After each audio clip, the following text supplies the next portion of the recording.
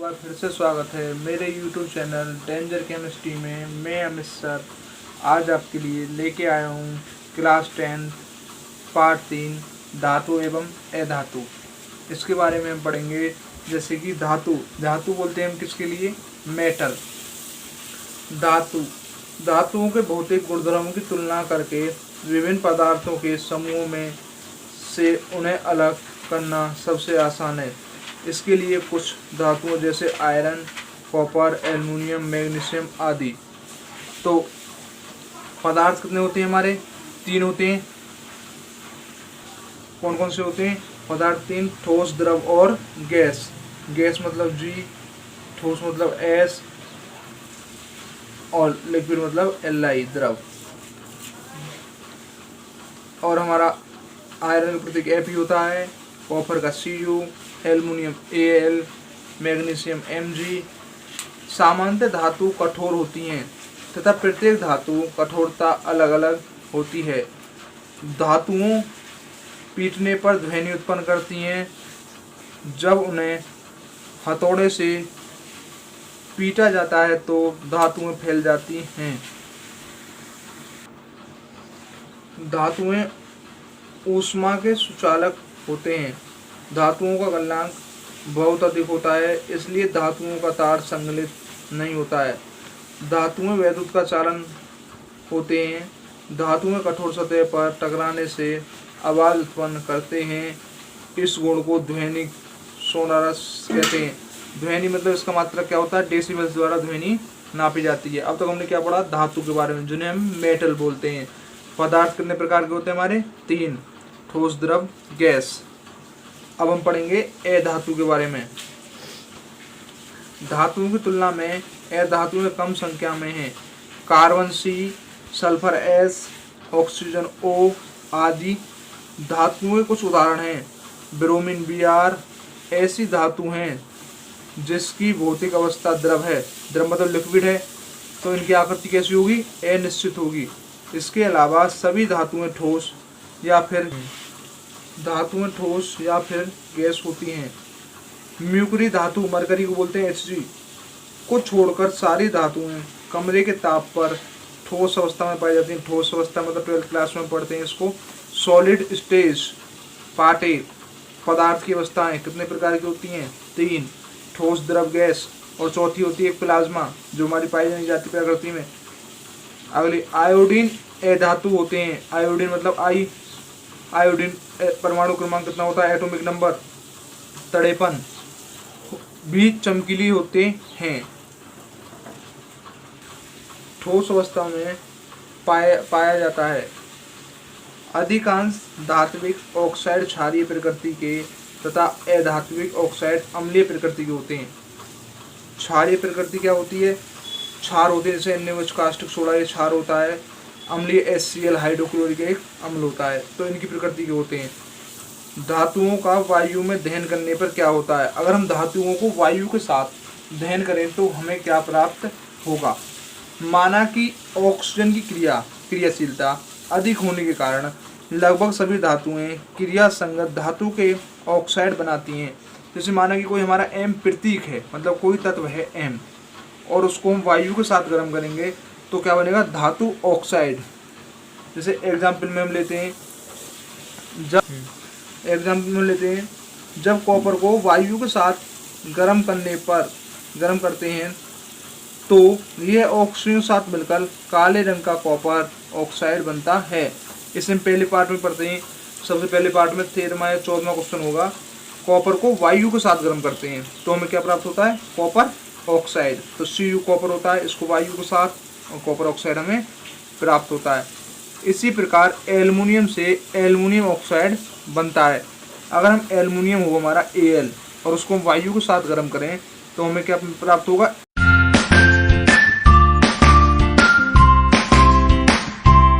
Alumina. इसे हम alumina बोलते हैं। एल्युमिनियम का S होता है एल्यूमिना।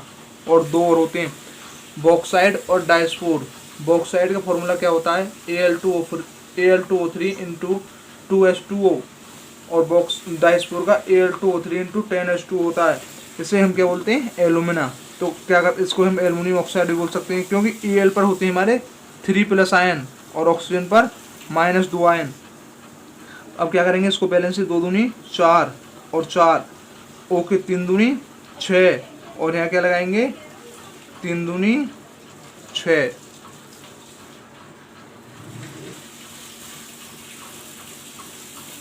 अगर हमारे धातुओं को जल के साथ अभिक्रिया, जैसे कि सोडियम व मैग्नीशियम ठंडे जल के साथ तेजी से अभिक्रिया करके हाइड्रोक्साइड बनाती हैं तथा हाइड्रोजन गैस विषयुक्त करती हैं। जैसे Na सोडियम होता है, इसको हम जल के साथ गर्म करेंगे तो क्या प्राप्त होता है, कास्टिक सोडा और हाइड्रोजन गैस। Na के 2, यहाँ पर भी 2, H के 2 और यहाँ पर कितने 2 और 2 4, तो हम क्या करेंगे यहाँ पर 2 लगाएंगे, 2 दूनी 4, तो NO के भी 2। अगर हम K को पोटेशियम को जल के साथ गर्म करेंगे तो पोटेशियम हाइड्रोक्साइड और हाइड्रोजन गैस प्राप्त होगी। बैलेंस ही करेंगे, 2 दूनी 4 और 2 और 2 4, K के 2 2, ऑक्सीजन 2 और यहाँ पर भी 2।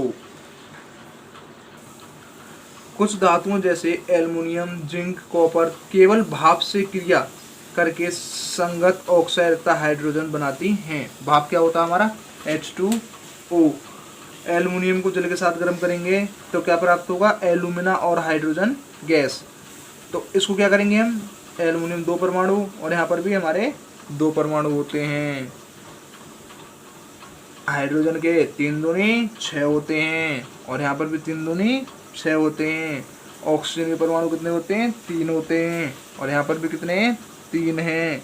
आगे Zn जिंक को क्या करते हैं, जल के साथ गर्म करते हैं। जल मतलब क्या होता है, भाप होता है।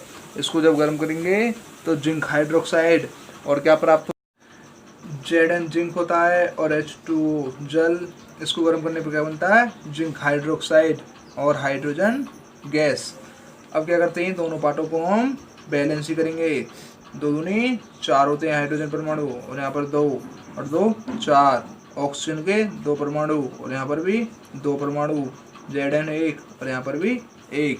ये क्या होगी हमारी पूर्ण वैलेंसी।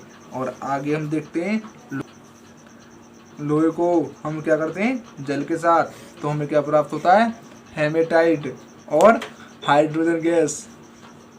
अब देखो Fe के कितने यहाँ पर 3 परमाणु और यहाँ पर भी 3 परमाणु। हाइड्रोजन के 4 दूनी 8 और 4 दूनी 8, ऑक्सीजन के 4 और यहाँ पर भी 4। बच्चों, धातुओं को अम्ल के साथ क्रिया करने पर, धातुओं को अम्लों से अभिक्रिया करने पर संगत लवणों व हाइड्रोजन गैस बनते हैं। माना कि M कोई हमारी धातु है, इसको क्या करते हैं, हाइड्रोक्लोरिक अम्ल के साथ गर्म करते हैं तो हमें क्या प्राप्त होता है, धातु क्लोराइड और हाइड्रोजन गैस। धातु व तनु अम्ल और लवण प्लस हाइड्रोजन गैस। तनु हाइड्रोक्लोरिक अम्ल मैग्नीशियम, एल्युमिनियम, जिंक तथा आयरन की अभिक्रिया से हाइड्रोजन गैस देते हैं। माना मैग्नीशियम प्लस HCl हाइड्रोक्लोरिक अम्ल, तो क्या प्राप्त होता है हमें, magnesium chloride plus hydrogen gas. अब क्या करेंगे, दोनों पार्टों को बैलेंस ही करेंगे। तो Cl के यहाँ पर 2 परमाणु तो यहाँ पर भी 2, हाइड्रोजन 2 हो गए तो यहाँ पर भी 2। ऐसे जिंक को हाइड्रोक्लोरिक अम्ल के साथ गर्म करने पर जिंक क्लोराइड और हाइड्रोजन गैस प्राप्त होती है।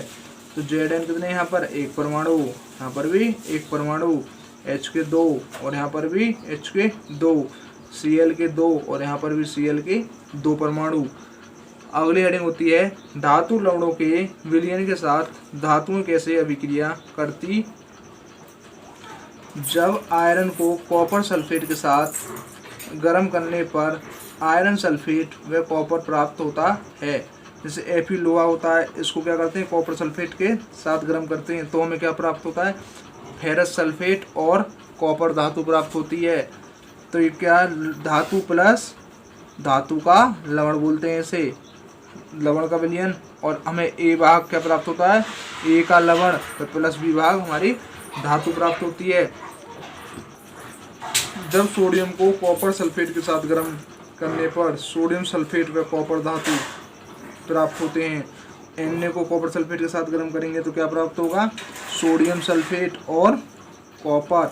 Na के 2 परमाणु और यहाँ पर भी 2 परमाणु, SO4 का 1, यहाँ पर भी 1, CO1, यहाँ पर भी 1। अगर आपको वीडियो अच्छी लगी हो तो चैनल को सब्सक्राइब करें, शेयर करें, लाइक करें, कमेंट करें, घंटी दबाना ना भूलें।